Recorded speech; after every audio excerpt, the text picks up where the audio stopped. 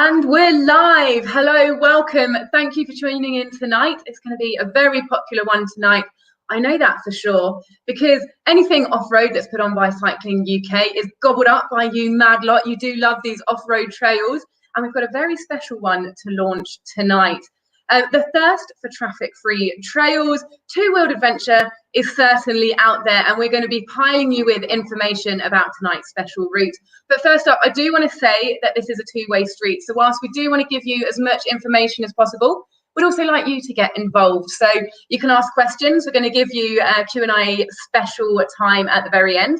But also throughout, feel free to ask your questions or comment.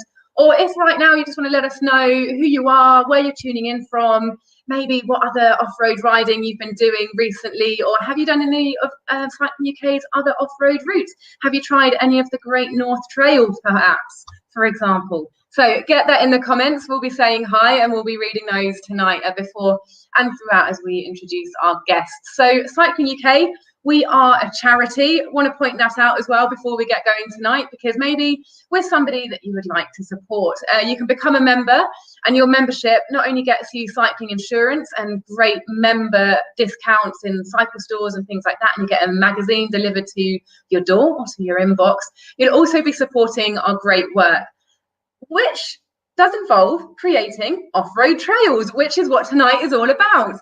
So I feel like I've harped on long enough, and we're going to be launching with King Alfred's Way. Yes, it's right in the heart of southern England. It covers prehistoric landscape. It's utterly incredible, and we have 4 people who've actually ridden it. So let's get them onto the screen and find out what they've got to say about it all. Let's start with Sophie, because she is the brains behind this epic route, literally making it a reality as our campaigns officer with a little bit of a love for the off-road. So can you tell us a little bit about the seed, the thought that led to actually making this a reality? Yeah, sure. I mean, firstly, I can't take the credit for, doing this whole thing. We've got various people involved in lots of map watching and plotting routes and things. But yeah, it feels like it's been a long process, because we started working on this, I think, a couple of years ago. It sort of became an idea, and then we sort of had it almost ready to go, and then coronavirus hit and we couldn't talk about going camping or anything for a bit. So yeah, it's been a bit delayed, but yeah, I'm working on our off-road campaigning and doing lots of stuff like this, and this is definitely the most fun part of what I do at Cycling UK. Yeah, I know. I want your job. I want to join your team. Oh God, I hope my manager's not watching. She probably is as well. I love my team as well, but the off-road stuff, you got it pretty sweet, don't you? I was going to say hello to Kathy. She's also in the south in Plymouth, so you've got to go and try out that route. Daria, hiya, and Tom, he's riding the route this weekend. Well, you've definitely tuned into the right place to hear all about it. And once you've done it, Tom, let us know how you get on.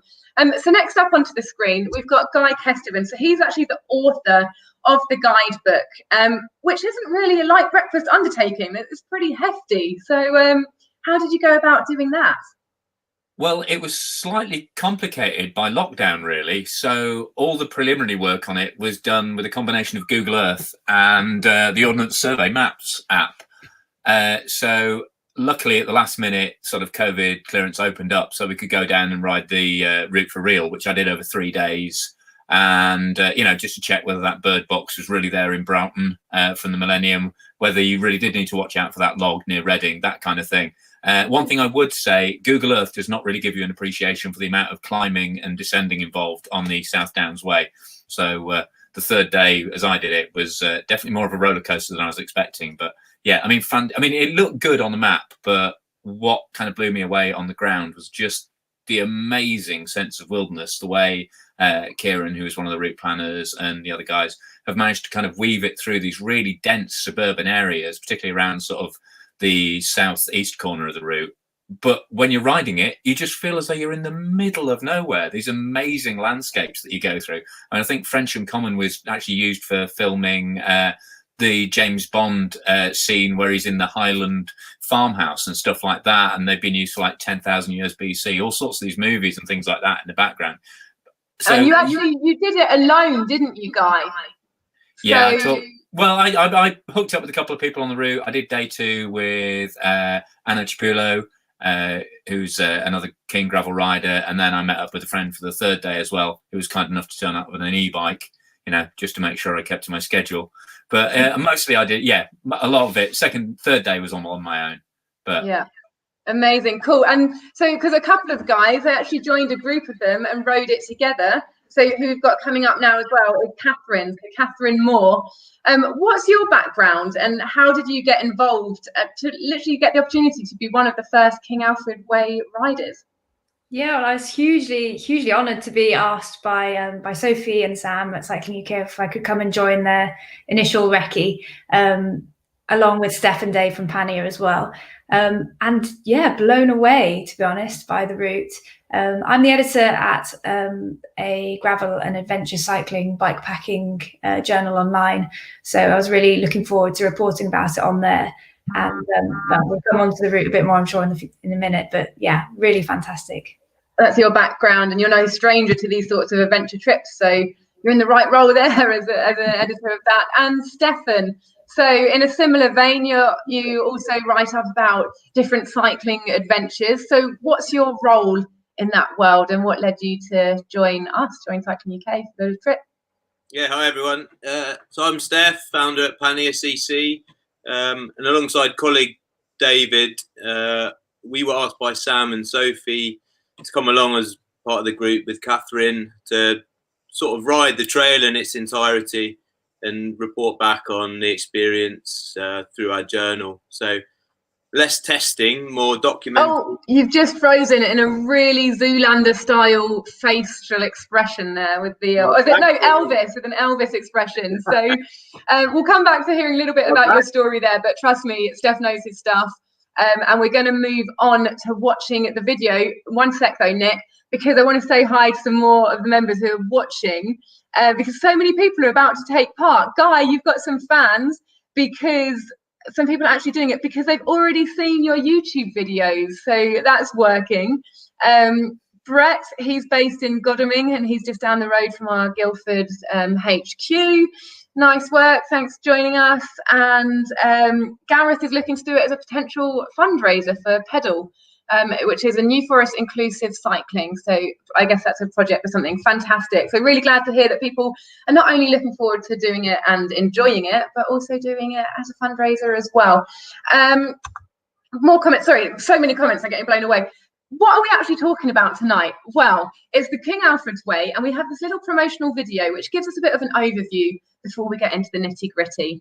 Take it away.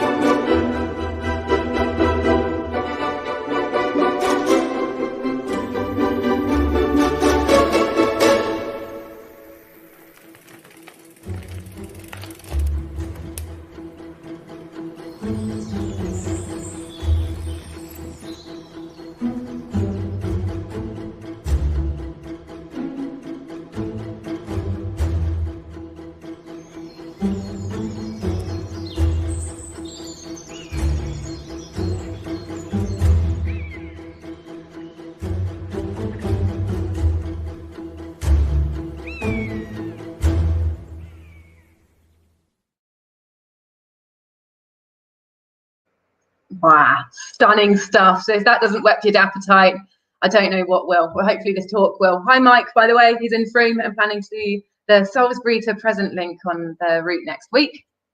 Nice one. Excellent. So what's it actually like? What's it like to do? I mean, Sophie, you said you're almost there 3 years in bringing this together. What did it feel like to actually ride the thing in full? Was it as you imagined when you'd seen it on a screen and in the office? Well, I think Guy summed it up perfectly when he said, you know, you can do all the looking at the maps, and we've got fantastic things like Google Earth and satellite things that you can zoom in and out, but it doesn't prepare you. It never prepares you for what it's like riding it in real life. And you're like, oh, it's a real thing. It's not just a line on a map. And I think I'd expected it to be sort of very, you know, quintessential England, patchwork fields, rolling countryside. But what really got me was the variety of it. Because, you know, there are parts through Surrey of a heathland of woodland, and then you've got gravel tracks and open grassland of Salisbury Plain, and then all these kind of little snickety connecting bits, and then you suddenly pop out into this wide open hillside. So yeah, it's just kind of huge variation and of history and timelines along the route as well. Yeah, so it's maybe not quite the way that you could imagine it sitting at your desk. And Guy, you really took on the role of intrepid explorer, riding it alone, having the map. Did it live up to your expectations? Like, I really want to hear from you what you thought of it in your head, how you thought and felt it might be compared to actually what it was like as a real life experience. Well, I was brought on board, you know, I'm a cycling writer, but also I'm an archaeologist and historian by trade when I started out working. And I was expecting to be a really nice sort of heritage join the dots with some fabulous scenery, and which it undoubtedly was. The thing that really, really surprised me was just how much fun it was to ride. There are so many really good, rewarding sort of technical single track sections, you know, fun across the commons, through the woods, on the Ridgeway. So, you know, whatever level of rider you are, whether you just want to take it steady and take in the views. And I found myself sort of flicking between all these different characters as I went through the route, really. You know, 1 minute I'd be bombing down a descent. Next minute I'd be feeling all poetic, looking out over the downs, or, you know, sitting on a pond barrow up at Old Winchester Castle, having the last of my pork pies. And it's quite funny. I mean, someone mentioned the YouTube videos. You can see as I kind of go around the route, by the third one, I'm just rambling and this mad sort of poetic, you know, just loving the escapism and the kind of freedom of being out there on the route. And this, like I say, an amazing sense of wilderness, which I really, really wasn't expecting, considering how much of the population it passes close to. Yeah, and it tapped into whole different parts of yourself that you didn't really expect to get opened up and revealed. So I like that. I also like finding out that you're an archaeologist. This is new to me.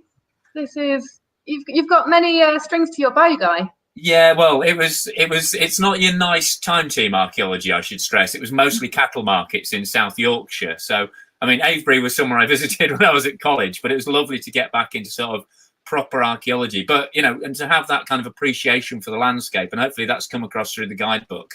You know, we put a little cheesy pun title in there, a dictionary, where you can kind of learn about the archaeology that you're passing through.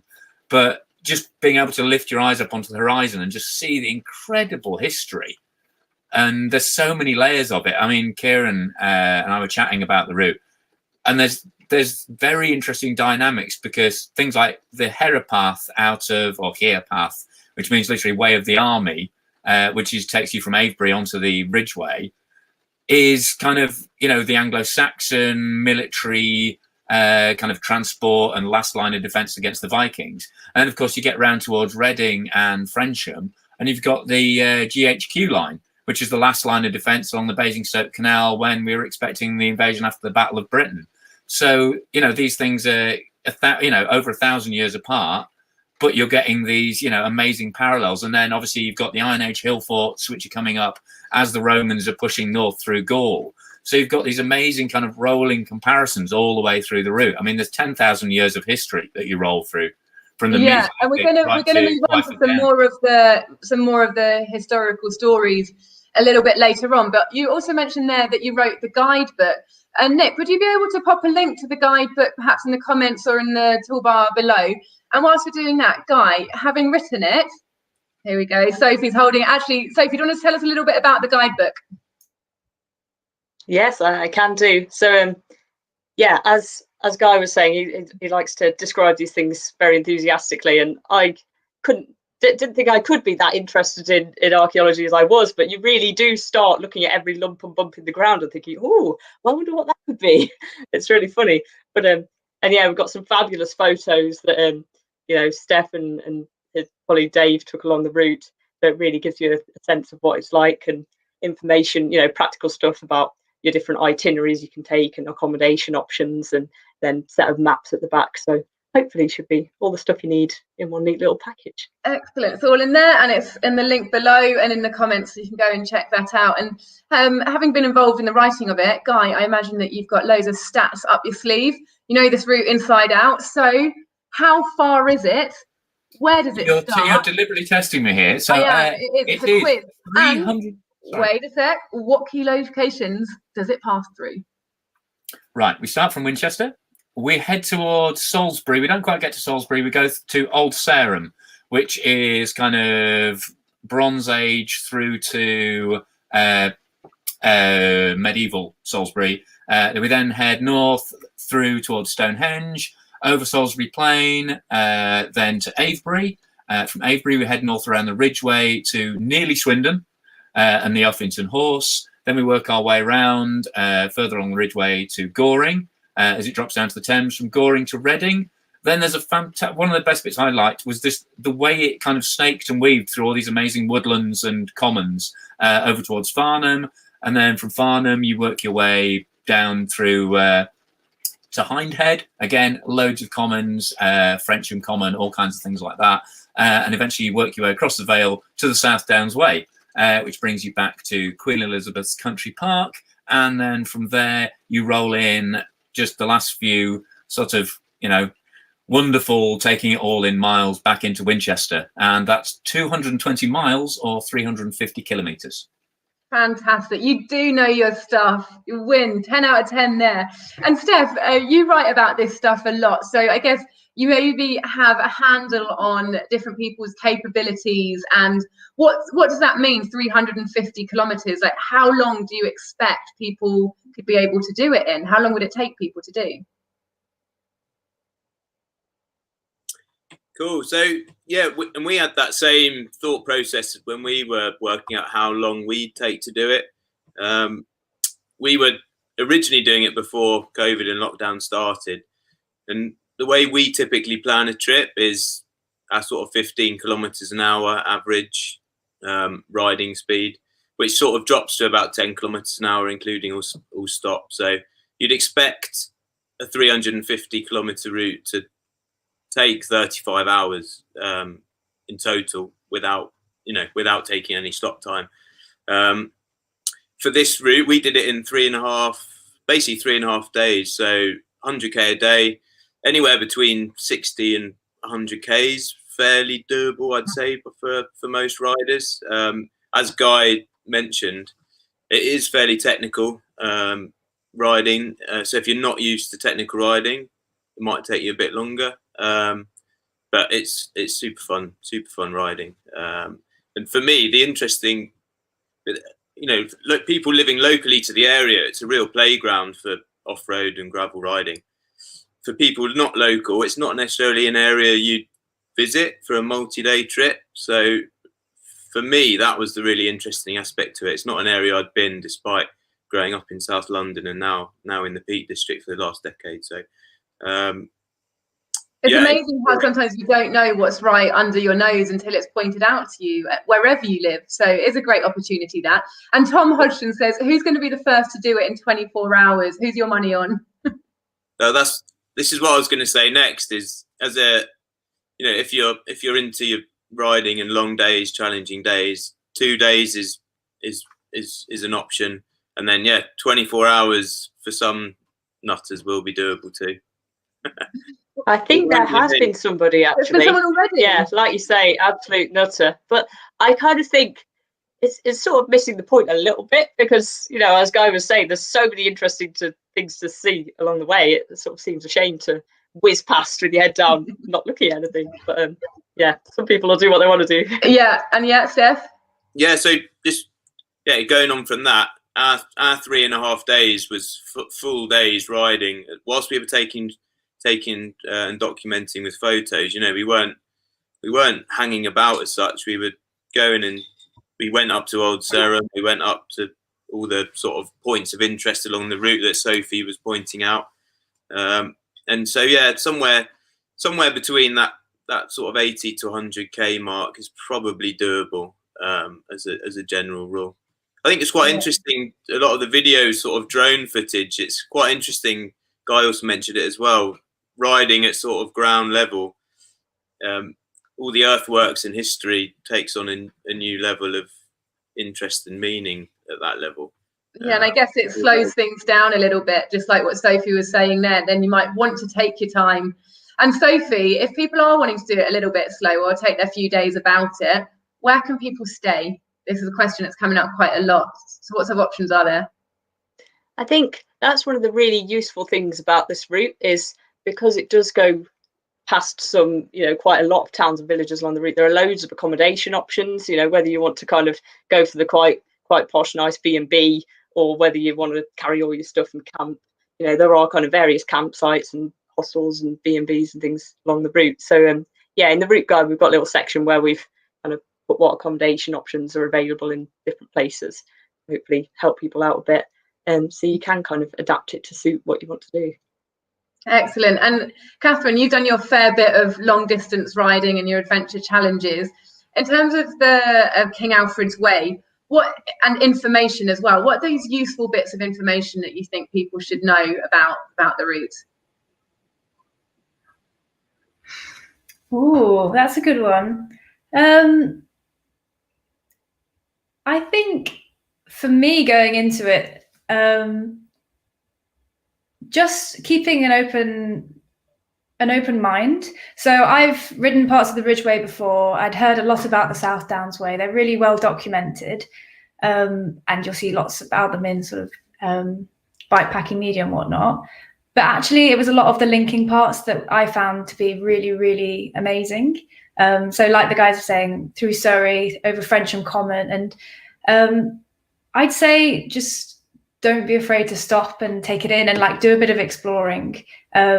Also, I think one of the best parts of the route is that apart from Winchester at the start and finish and going through Reading, you don't really go through many major towns, which is wonderful because you get this amazing sense of not being alone, but just being out in nature the whole time. Yet you're passing by Salisbury and Swindon and all of these quite major places. So you can just duck in and do parts of the route, or like Sophie was saying, stay a night somewhere a bit more built up, but you don't have to. We had this 3.5 day trip where we barely saw anyone, which was quite familiar. That is definitely something quite useful. Go on, Stef.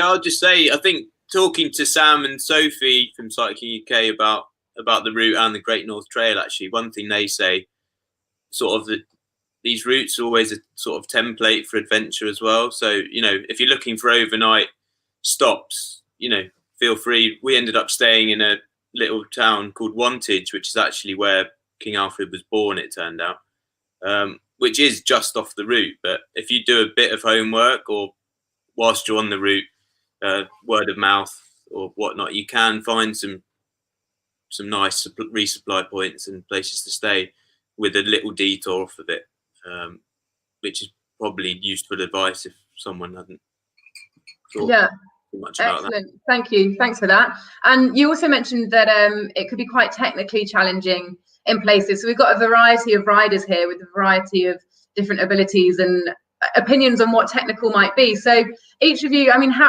whoever wants to go first, really, is the technicalness something that should put people off? Is it something that they should practice and train for, or need a special bike for?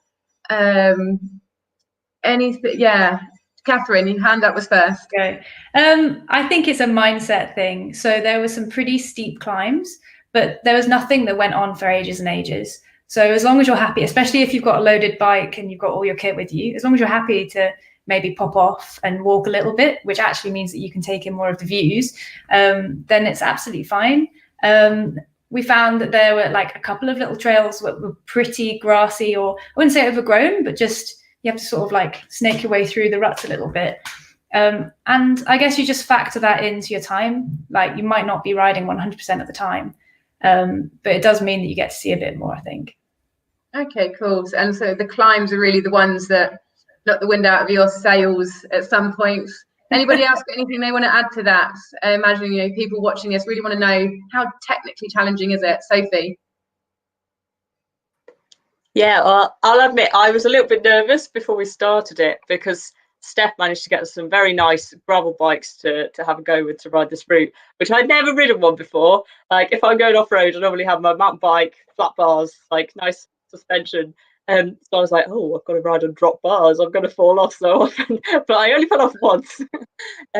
So, yeah, I think, there's always that option where, there are some descents where if you feel confident, you can really enjoy it and go with it. But, if there were one or two kind of steep, very short, like steep rocky slopes, and I thought, not sure about that, I might just walk down it rather than slither. But I think some of the chalky bits on the ridgeway, it depends on the weather conditions as well, because we had one evening where it rained heavily for about an hour and the chalk became very slippery. Katherine just sailed up this hill and we were trying to push the bikes and it was like a treadmill. We were like, Katherine, we can't do this, come back. I don't know how she managed it. Some people got all the skills. It's not fair, is it? And someone's agreeing with you there. Terry, he says that the ridgeway is quite chalky, and as you just said there, Sophie, trickier when wet. Guy, you're an extremely experienced mountain biker, so skills wise, I imagine this is something that you were fine with, but is there any more information you want to pass on that topic? I'd just say be aware of the surfaces you're traveling over. I mean, there's a lot of variety. I mean, the ones that stand out is sand across the commons, Frensham, so, lower tyre. I would say tubeless tyres at lower pressures are a big advantage on this route, because there are some rocky sections which they'll flow over more smoothly. You'll be able to roll through the sand that bit easier, and you'll have more grip on the chalk. And also, they tend to be a bit more resistant to flint. I mean, there's a reason this area was so popular with prehistoric people. Flint is literally sharper than surgical steel if you nap it right. So it will go through tyres fairly easily. So this isn't a route. I mean, people have been asking what kind of bikes are suitable. I'd say if you're reasonably skilled, you could maybe get away with the 30mm tyre if you took things gingerly, but you're going to have to ride with that restriction in mind. I'd say anything over 35mm or larger, so that's sort of 1.5 inches in old sizes, you're probably going to be okay. But the larger the tyre you have, the more you can be a little bit reckless on the descents and the more grip you'll have. But obviously you'll drag a bit on the road section. So it's just being aware of your equipment, being aware of your skill levels, and being aware of the surfaces, really. I'm a professional northerner, so I'd seen, these routes before in, like, Katherine was saying, they're often common in gravel adventures, but it was a complete eye-opener for me. I had no idea it was going to be so fun riding this route. So for me, it was also, wow, this is great. I'm just, I'm genuinely beaming coming off a lot of the sections, because you just bomb off a hill and then suddenly, you'd be on Goring-on-Thames and having a really nice cup of tea and a sandwich. And then you'd be going down the side of the Thames into Reading. And there's, suddenly there's a technical climb with steps on it. And, it's a nice little technical challenge just to lurch over the top of that. And it's just, there's things, it's not just barrows, it's not just hill forts or pillboxes. It's just like, there's so many different elements to this route. It's just great. It just for such a long route, it felt really quick just because it was so, genuinely exciting and genuinely thought-provoking the whole way along it. Yeah, it keeps you on your toes by the sounds of it, wakes you up in places. So definitely. That's really good. We've got some more questions about bikes, so don't worry, we will be answering those. We'll be coming to them a little bit later on. But Sophie, because we've got you here today, I think this is a really nice opportunity to, for anyone that will ride it, to maybe know a little bit more about the background, about why it was even created and how it was created, because it must be a mammoth task. It's like you say, you're just joining some dots on the map, but you've got landowners involved. Did it take having to convince people? I'd love to hear a little bit about your story of getting it into reality. Yeah, like you say, it kind of, it seems like, oh yeah, it's just drawing a line on a map. It's really simple, right? And then of course, it's always more complicated than that. So I think, yeah, we kind of started this idea of long distance trails kind of 3 years ago or so, when we helped to work on a rideable route for the North Downs Way, because the South Downs Way, you can cycle the whole thing. but the North Downs one has quite a lot of footpath sections. So we thought, well, why don't we see if we can find parallel bits on quiet lanes or bridle ways to where there are footpath bits, and then you can rejoin the main route, and then that way you can get all the way along. And people were really enthusiastic about that when they heard about it. They were like, oh, this is a great idea. So we started thinking, okay, maybe we should do this for some other things. So then we started looking at the Pennine Bridleway and thinking, well, can we extend that up to the Scottish border? And then we sort of managed to figure out a bit for that, and then thought, well, we could keep going up through Scotland. There are lots of long distance trails existing through Scotland, because there's a brilliant club who put together a route called Anturas Moor, which goes all the way from Glasgow right up to Cape Wrath. And they said, oh, well, do you want to use this and extend your route? So we thought, okay, great, we'll take advantage of that. So then we had this 800-mile route going from the Peak District all the way up to the north coast of Scotland. And then we started thinking, well, why don't we kind of connect these long distance trails together? Because you've got them going off in various places. And King Alfred's Way sort of forms that central hub that you can then go up north, hopefully in the future, and link it up with Great North Trail, or you can go kind of down to the south coast on the North Downs Way or the South Downs Way, and then maybe hopefully in the future go down through Dorset and Devon and Cornwall and make an off-road Land's End to John O'Groats route is the eventual plan. But like you say, you end up having sort of a route, a plan B route that's doable now, and then the plan A route that we'd like with landowners, or a bit of agreements that we've got to do, or something that we've got to sort out. And that can take a decade or something for those discussions to keep going backwards and forwards.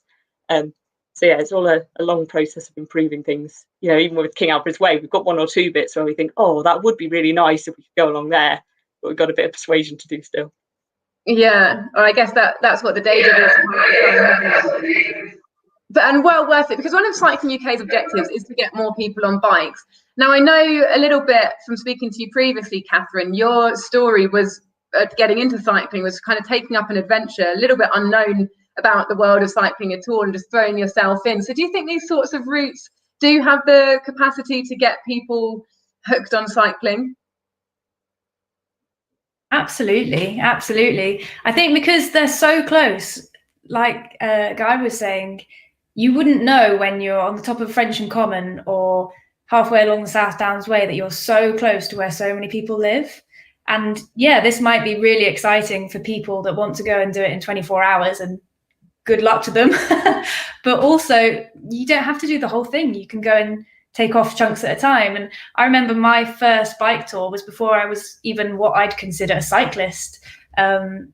After my A-levels, I had a summer off, and me and a few friends did the Devon coast to coast on massive mountain bikes loaded up with a 65-litre rucksack, and we loved it. I think just having accessible routes like these that are well publicised just gives people that bit of faith to know, they might have to look after the bikes and the equipment and things themselves, but there's a route there that somebody has been out and recce'd and literally spent years making. So that's one less thing for you to think and worry about. So absolutely. Definitely. And Steph, same question to you, really, speaking to your audience. Do you echo the same thoughts of Katherine there? Your audience, do you see that people, because something's signposted and packaged up, it will literally get them on a bike doing an adventure where they might otherwise never have thought of doing so? Yeah, 100%. I think the accessibility to this route is a key part of it. We spend quite a lot of our time trying to ride bikes in, sort of wild places. And this sort of gets that feel across. And yet you're close to train stations and connecting spots all over. So in terms of accessible adventure, which has taken on a even bigger meaning the last few months, as people sort of travel closer to home, it's perfect for that. And that's sort of why I was quite happy to shout about the route, really, because it is a challenging adventure for someone that's never done any multi-day riding, never done any multi-day off-road riding, because there's enough sort of paved lanes and traditional touring sections of the route to sort of make up a bit of time, if that makes sense. If you feel like you're sort of slogging over sand on Frensham Common for half an hour or so, there's 10 kilometers of sort of traditional sealed touring lanes after, to help you out. So it's, in terms, accessible adventure is perfect for that. And as I was saying about accommodation and places to stop, you know, you're dipping out of places. There's not a lot of issues with resupply. So on a lot of trips, multi-day trips, heading a bit further off the beaten track, there's all sorts of issues with having to have enough food and water, etc., which is another conversation at all.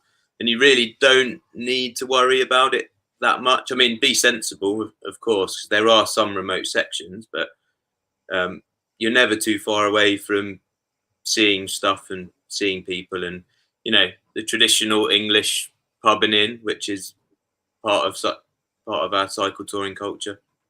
Yeah, excellent. And Alan, he's written in the comments here, and I just think it highlights some of the challenges that you, Sophie, as a trailblazer, literally, have to go through when you're creating these routes, because there's a small issue with this route between Goring and Maple Durham, where there's a section of the bridleway isn't suitable for bikes, let alone horses. It's got very steep sections. Fortunately, on the steeper section, they've got some steps, so you can push your bike up and out of the ravine. But it can be quite difficult with a touring bike. So, these are the sorts of challenges, and I guess that's the sort of thing that you'll, over the decades, as you say, it can literally take, can need to be improved on, and will keep on being updated. Yeah, Guy, what would you have to say on that? That is rideable. If you're Guy. Maybe for you. You rode a I think again, it comes down to the level of skills you have. You know, I was lucky. I had a bit of speed on when I got to that section, and the conditions were good. And I had low pressure tyres, and it's rideable. And I imagine the guys who are thinking of doing it in 24 hours probably won't even change down more than 2 gears on it. So again, but other people, so what does it matter? What does it matter whether you can or can't ride it? I think, you can definitely push up it, like Alan says, but, again, it's terms of perception and what you can and can't do. But I mean, just to pick up on kind of the idea of one analogy that I've sort of thought of, it's a bit like going bouldering in terms of instead of proper full cliff climbing. So you can still practice all your moves. If you're kind of getting into the ropes of doing a multi-day tour or something like that, you can still refine all your equipment and learn what food works for you and all these different kind of things and what clothes to take. But even if you do come massively unstuck, you're only falling sort of 2 foot back onto a mat. You're not 100 foot up a cliff when it goes wrong. So in terms of being accessible and getting people into the whole idea of off-road touring, I think it's brilliant. Excellent. And Catherine's passionately nodding away there as well. So looks like everyone's in agreement. So the whole route drenched in culture, sounds of it. Thousands of years of history. Sounds like every day is a school day on King Alfred's Way. So on your little jaunt, what bits of history did you pick up that have stuck with you? We're going to go round in a little circle here. So Sophie, on the spot, any little bits of history that you learnt on the King Alfred's Way? I think the main one for me is about Avebury Stone Circle, because everybody's heard of Stonehenge, but I'd never heard of Avebury before, and apparently it is the largest, Guy's going to correct me if I get the time period wrong, megalithic stone circle in the world? Neolithic? Yeah, the Neolithic stone circle. It's massive. It's got a whole village inside it, and I think that's it's much more impressive than Stonehenge. But Stonehenge is the really famous one that everybody knows about. So that was quite amazing, just being able to walk amongst this huge ring of stones. Yeah, actually, we're going to come to you last, Guy, because I feel like you could go off on one on this topic. You're like, actually, I knew it all. I knew the whole last 10,000 years of British history. Steph, anything that you picked up that particularly stuck with you? You have to unmute. There we go. So I would maybe, because I think we've covered the sort of 5,000 year history stuff. For me, a really quite interesting, actually void rather than anything, was sort of Salisbury Plain and the whole sort of modern history of Ministry of Defence training area that a lot of the gravel tracks and grass, quite a lot of grassy tracks, pass through. The route doesn't quite go through the little towns like Imber, but there's enough to head somewhere new. It's got a different feel to it. As I say, it's a bit of a void, but it's a real vast horizon. Oh yeah, there you go. So basically, just a lot of that nothingness. It's a lot of it is a military training area, so watch out. But yeah, that area is. Yeah, don't venture off the track. But that area is good for me, and also and sort of Winchester being the old capital of Wessex, which was the controlling region of the UK. I think I've got that right. And how that was once the sort of heart of Wessex, heart of England. You can sort of see why, because given the farmland and resources around it. Excellent. Katherine, your history lesson of your trip? Can I switch topics? Can I, instead of history, because I'm not very good at history, I might suggest something else. Ooh, I'm intrigued. And I thought it was really interesting what Guy was saying about, he's come at it from an archaeological perspective. I studied zoology at university, so I'm more interested in plants and animals and stuff, well, mostly animals. And that's what I really took out of this loop, because while I still find the history fascinating, it was all the little things that we saw, like we saw deer on the Salisbury Plain, and that's an amazing area for wildlife conservation because almost nothing happens there, which is quite ironic because when it does, it can be quite destructive, but it actually provides this huge haven for wildlife. And there's a lot of really important chalk downland habitats on the South Downs Way. And I think we were in July when we did our recce, and we had the most fabulous wildflowers all the way along the route in the hedgerows, purples and yellows and poppies and all sorts. And that's what I really enjoyed, as well as the history, of course. Yeah, excellent. Oh, I'm glad you went off topic there. That was great. And Guy, over to you. Did you learn anything? Well, at first, I'd like to echo what Katherine said. Just like there were places where I had to crawl along on some of the descents, like coming down to the Valley of Pewsey places, and even coming out of Winchester, because there were just so many butterflies everywhere. I was like, oh my God, I don't want to get a butterfly through the spokes. So we literally just, slower than walking pace, with just this amazing sort of kaleidoscope of butterflies in front, and, the birds overhead, and, whether it's farm animals or just, things scurrying into the bushes or hares, there is an amazing, there are so many levels this route's enjoyable on. But I think what really, rather than picking out a specific, there are some amazing evocative places there, like Sophie was saying, Avebury, because you can get up close to the stones, there's a real amazing connection there as well. And, some of the hill forts, when you're looking over these amazing areas that they used to command, and you're looking back into the hill fort and going, wow, these are really, really big areas. These are sizable communities up here. And, these ramparts have been dug with shoulder blades from oxen. There's no spades, there's no hydraulic excavators. You're digging this with an ox scapula. It's not easy. But I think what really kind of got into me was the sections where you're just traveling through these hollow ways, where the ground has literally been worn away into these tracks by thousands of years of people driving cattle, of walking, and you just think, what are all the stories of all the people who've made these trails? What were they thinking about? What was making their day good? What was making their day lousy? What were they going to do when they finished that walk? Were they just sick of herding these cattle, or were they going to ask somebody to marry them, or were they going to tell them to, shove off out their hut for good riddance? This kind of amazing humanity that you're traveling through for hour after hour. And it's because you're so separated from, apart from occasionally there's some traffic noise in places, but visually, and also during COVID there wasn't as much traffic, so just even things like the smells are amazingly rich when you're out there. You're just in this amazing, I've titled me YouTube videos Time Travel Gravel, just because it was it was a suitable rhyme. But that's what it really feels like. And especially as you're coming out of Winchester and there's amazing sort of tunnels of trees along the Roman roads and stuff. So it's kind of that whole immersiveness of the history rather than any specific points.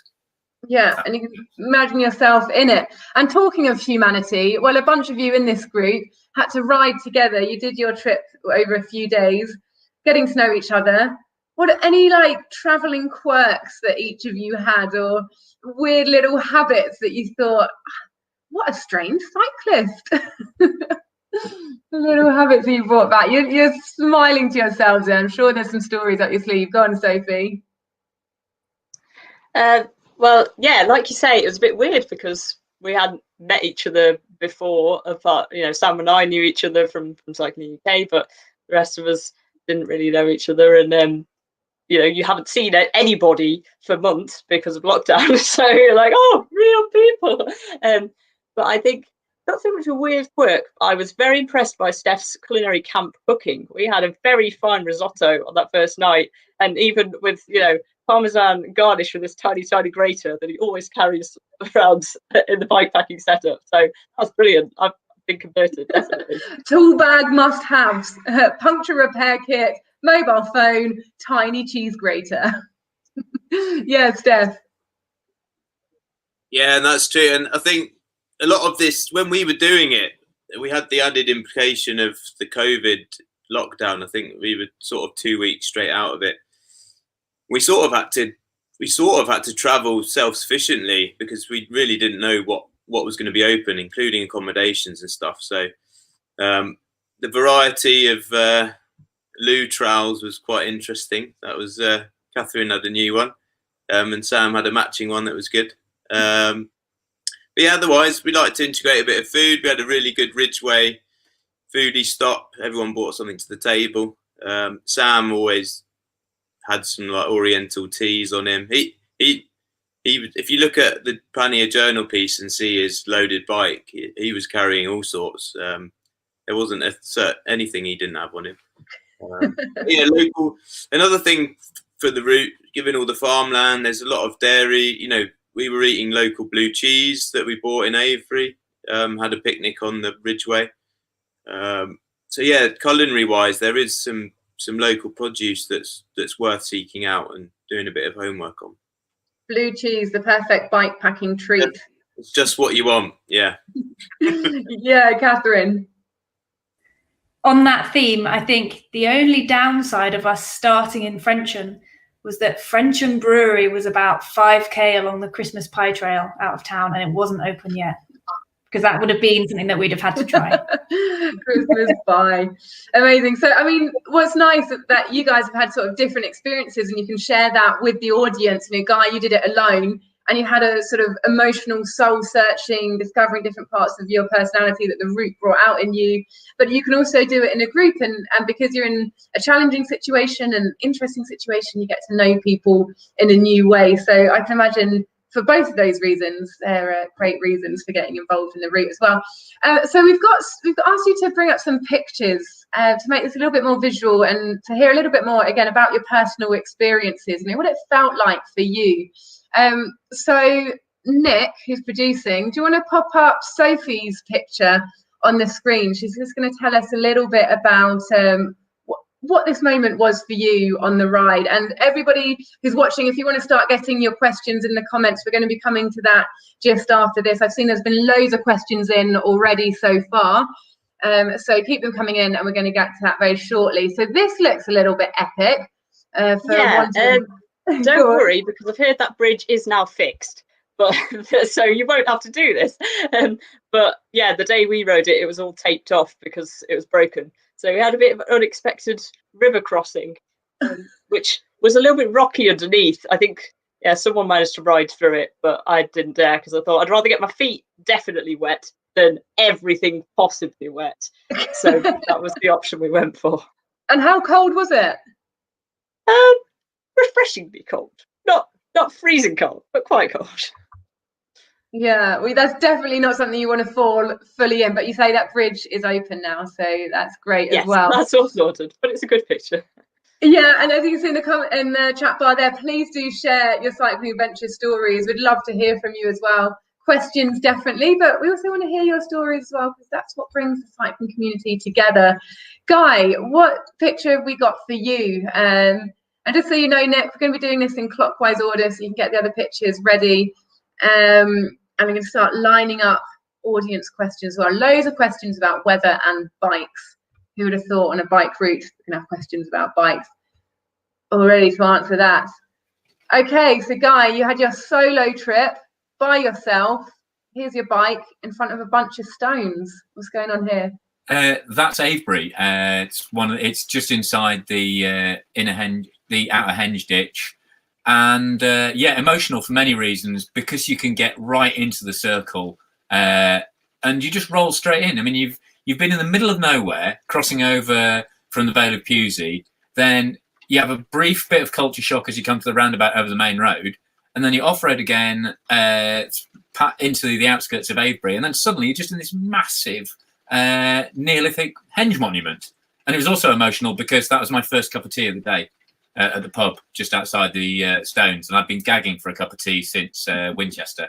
So yeah, I'd had a hot chocolate at Garage near Till's Head, but I was really gagging for a cup of tea. So yeah, I got all poetic and a little bit wobbly lipped here again. And but yeah, no, just, you know, it kind of shows kind of, you know, you've got that quintessential English greenness and Sarsen stones from, you know, 6,000 years ago. And all those things that the photo can't tell you as well, like the cup of tea. Well, Catherine's pick. Can we pop that on the screen? Hear what your experience was like. Sam, by the way, Samuel Frad, who's really enjoyed this this chat, says great chat, and he thinks it sounds like an awesome ride, and he's looking forward to riding it before too long. So somebody else inspired to do it too. Thanks, Samuel, for tuning in. Cool. So beautiful picture here, loads of colours. Tell us about it. So this was going over Frensham Common, which was really quite close to the start, because we set off from Farnham, and it was just gorgeous. This sort of common land right in the middle of Surrey, and I think Surrey in itself was one of my favourite parts. It was just so leafy and green, and obviously there's a lot of protected woodland there. But I didn't really put two and two together in my head to think there'd be so many bridleways and great byways there. Usually I go off the rule that if you find a place that has lots of horses, you tend to historically find that there's lots of bridleways, and therefore it would be really good for gravel riding. And yeah, I think Surrey is a perfect example of that. And sort of what Guy was saying, all of these fabulous lime-lined holloways, lots of dirt, and here particularly lots of sand. So it felt a bit like a cyclocross race, or at least getting ready for the season. Sort of leaning back and just pedaling, trying to get through it, which was really, really fun. Nice, some beautiful scenery, and also a group picture there. So one of your maybe cherished memories, because you've also made some new friends with cycling it. So that's really sweet. Steph, what picture have we got coming up for you? Da, da, da. I like this. This is all very, very personal. I think that's what brings this sort of thing to life, isn't it? It's like the personal story. It's a bit like what Guy is saying about when you dip into history as well. You try and imagine what it's like for the actual people who are doing that. So yeah, that's what wakes these things up for us. So this yellow and green photo, what does that mean for you? I think this landscape was probably my favourite sort of section of the route.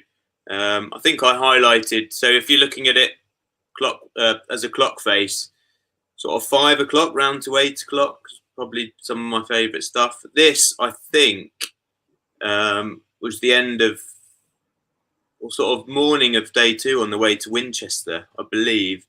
And it was just this for the whole morning. The whole approach to Winchester is just fantastic. Seas of greens and golden corn grain fields, and this.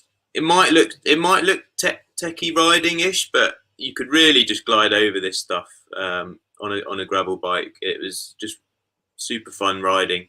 You know, that's Guy saying at the start. It is just really fun, back to basics, enjoying riding a bike, which sometimes gets lost when you're planning, big adventures. This is what it was about, riding as a group and enjoying ourselves. And the whole section into Winchester for me was brilliant.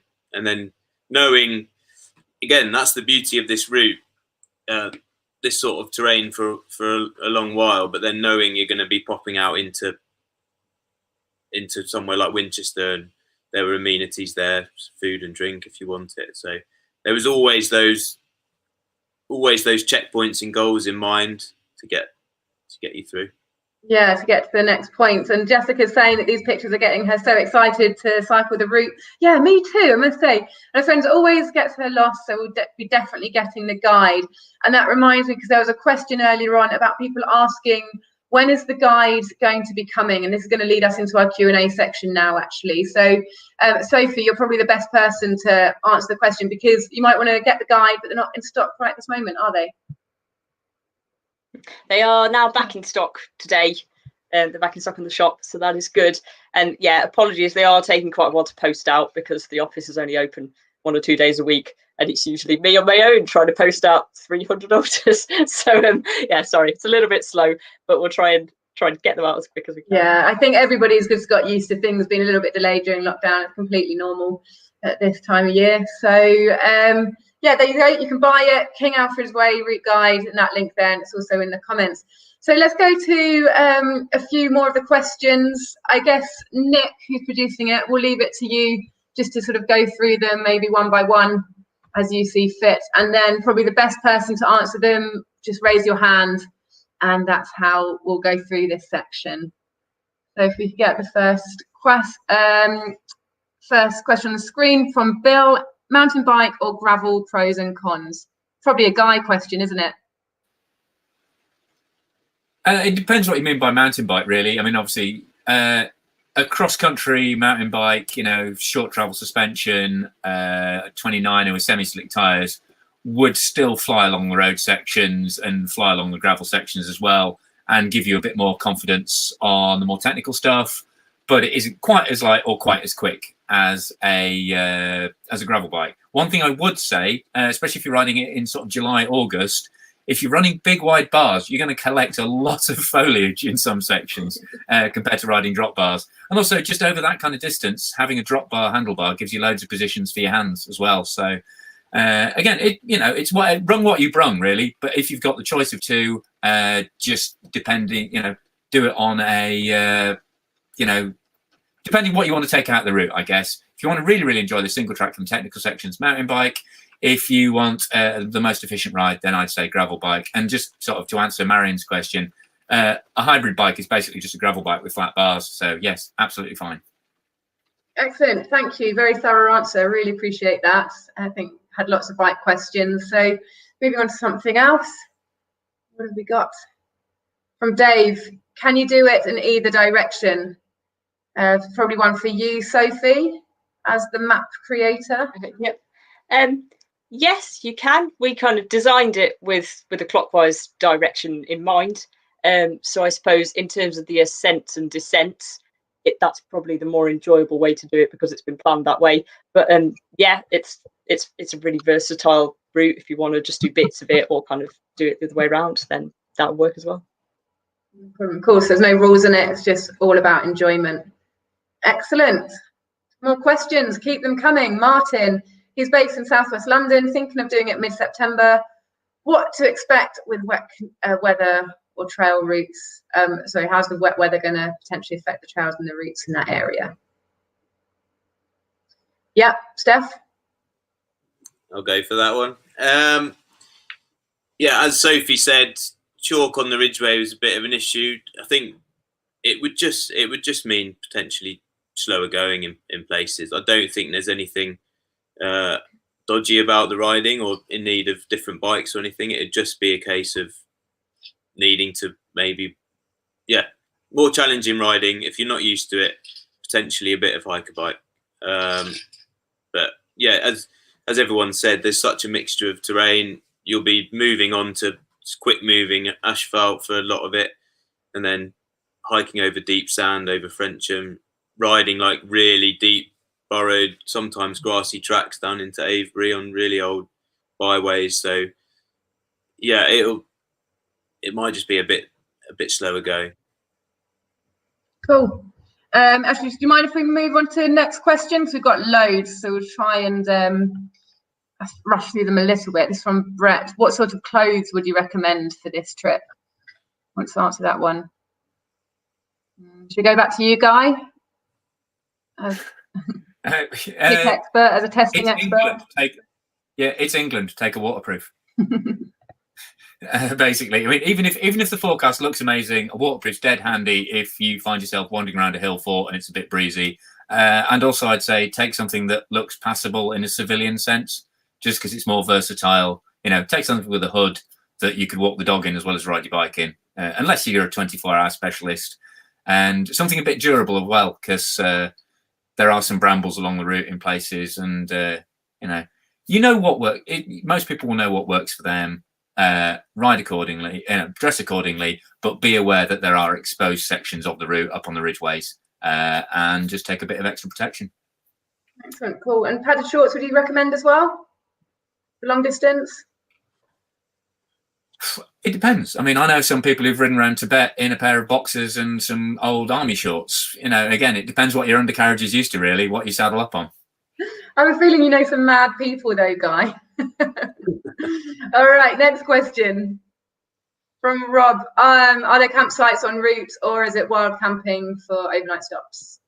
Sophie, that's definitely one for you. Yeah, there are a few campsites. It doesn't give you as many options if you're wanting to camp, but we managed to camp even though there were some that still weren't open yet at the beginning of July. So yeah, if you have a look, route guide, the printed version or online, it shows you where some of the campsites are. So yeah, you should have enough options, I think. Cool. Yep, Steph? Yeah, just a quick one. Colleague Dave did a good job of planning out the logistics for us, and we found campsites every 80 to 100k to stay at. So it's definitely doable. And the route does officially start in Winchester, but as we said, we started in Farnham. Do what works for you. If you can only start the trail late one evening, then try and start or end at a station or start point that works for you. And yeah, as Sophie says, to try and do it clockwise. Cool, great. Next question: where can you get the GPX files? Sophie? Sorry, pressed the mute button too many times. Yes, they are all available from the Cycling UK website, cyclinguk.org/King Alfred's Way. There's a link to the route page, and you can either download the whole thing or you can download sections of it if you just do a bit of it. Excellent. Cool. Next, keep them coming. We've definitely got a few more questions. Or do we? Have I put you on the? Oh, maybe not. There we go. I know there is a guide, but is it waymarked? Yeah, I guess that's me again. But yeah, we haven't waymarked it for the time being, because once you get into that, it kind of becomes a very complicated and lengthy process with getting permissions from all the landowners along the route. So that might be a potential option for the future, but for now we just thought we wanted people to be able to get out and enjoy this route. So you've got the GPX file. There's also, it's fully mapped on Ordnance Survey maps in the printed version of the guide if you're a map person like me. So you have also got that option. Map geek, totally love it. Yes, Guy? I was just going to say, although the route itself isn't marked per se, a lot of the route you are following other guided routes. So along the South Downs Way, you follow the South Down Way markers. Along the Ridgeway, you follow the Ridgeway markers. And that does, and then there are other little sections where on the Shipwrights Way and, cycle paths and stuff like that. The Surrey Hills cycle path as well was shared part of it. So there's a lot of places where there are signposts you can follow, even though the route itself isn't fully signposted. Nice. Yeah, go on then, Steph. It's a real quick one with GPS. I think it's just something I always try and point out is once you've downloaded the GPS, it is worth doing a little bit of homework seeing where stuff is along it, distances between stuff, where the exposed sections are. Just from a trip organizer point of view, it's just, yeah, it's worth doing a little bit of homework, not just sort of plugging in a GPS and setting straight off. Okay, great, nice one. Next question, sort of trying to rattle through them a little bit. So what have we got next? We're running out of time, but I know so many people are interested. I want to make the most of it. So from Al, Annie recommended bunkhouses, youth hostels en route. Any that you particularly enjoyed that you stopped at? Go on, Sophie. I mean, like we said, we were camping when we did it, but there was one that I saw when I was helping out with the route guide that and it's called Weatherdown Lodge Sustainability Centre, which I think is on the South Downs Way, if I've located myself right. But yeah, that just looks like a really, really interesting place to stop. And then I believe there is a youth hostel around Goring somewhere as well. So yeah, there are a few that look quite good. Great, thank you. Next question. Is there a list of bike shops en route in case of mechanical? It's a really useful one. That one, like you say, you feel like you're in the middle of nowhere, but you're never completely out of touch. I mean, most of these are aimed at you, I guess, Sophie or Guy as the route makers. Yeah, Guy.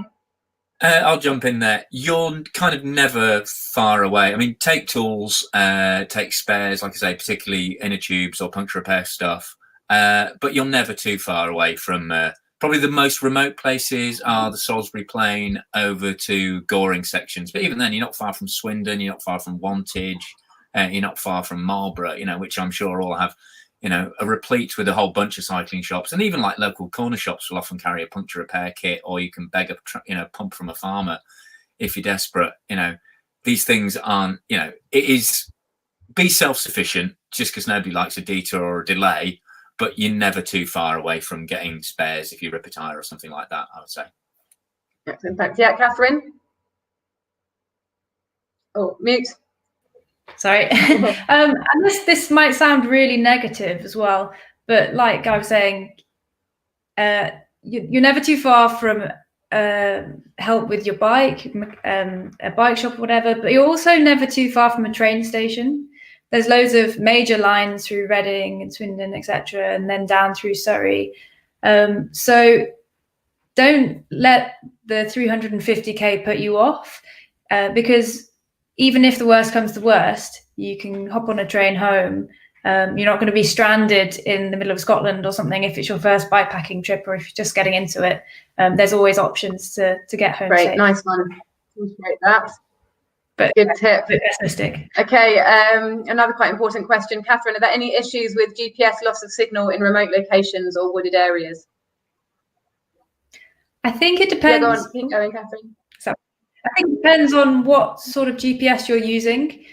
With most things these days, you can download them, whether it's to your phone or to a GPS device, and save them as offline, or save areas of map offline. So you've always got them, which is really highly recommended, because I think there were a few spots where anything did you want to add on that, Steph?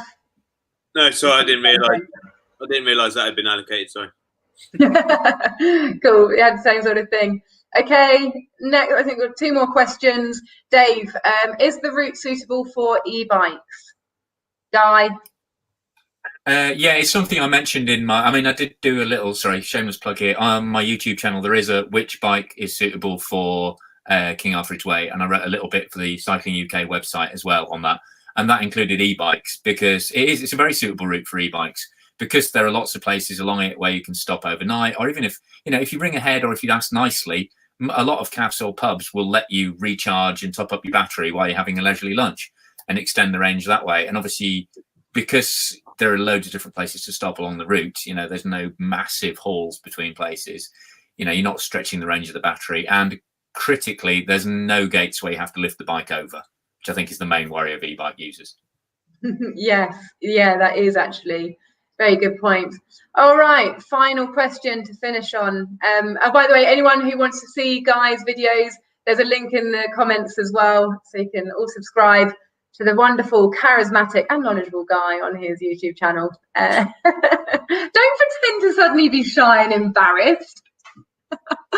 Right, this is excellent. Definitely one for Sophie, because maybe you can give us a little bit of insight. Where would everyone like to see Cycling UK work on another route? So anyone who's watching this who wants to get involved in the comments, where would you like to see Cycling UK work on another route? We'd love to hear from you. Definitely taking feedback. Sophie, are you able to give us any inside knowledge? Well, yeah, there are various options we've got in mind. As you saw in the little video, there are some vague dotted lines of like, ooh, potential ideas. I think one that's got real potential is one going across Wales, kind of connecting up towards King Alfred's Way direction and then up to North Wales, because they're currently in the process of putting through an access reform to kind of open up more rights of way for cycling. So that should really help to connect some things up. That would be really great. But then, you know, other options to kind of go over to Norfolk or go down into Cornwall, and many more things we want to do. Yeah, there we go. Catherine's also mentioned a route to the west, maybe in Cornwall. So I think that'd definitely be popular. Then you're linking up the whole of the UK there. Excellent. So there are long distance trails. Guys, we're going to wrap it up. We've definitely gone over time. It's been absolutely fascinating. So many questions. Brilliant stories. So thank you for all that information and knowledge that we're passing on to everyone, and for sharing your personal insights as well. It's been fantastic. Anyone who's been watching who's enjoyed it, please do get out and ride it. And once you've done it, we'd love to hear from you. Share your photos on social media, tag us in it. We really do love seeing it and know that it's being used. Cycling UK is a charity. We put on these sorts of trails and these sorts of informative online events as well, funded by our members mostly. So if you fancy becoming a member, you also get cycling insurance, you get discounts at many cycling stores, and you get that warm, fuzzy feeling knowing that you're supporting cycling, getting 1 million more people on bikes cycling safely, enjoyably, and accessibly on things like the King Alfred's Way. Thanks everyone for watching tonight. Thank you for our guests for your amazing stories. See you next time. Bye.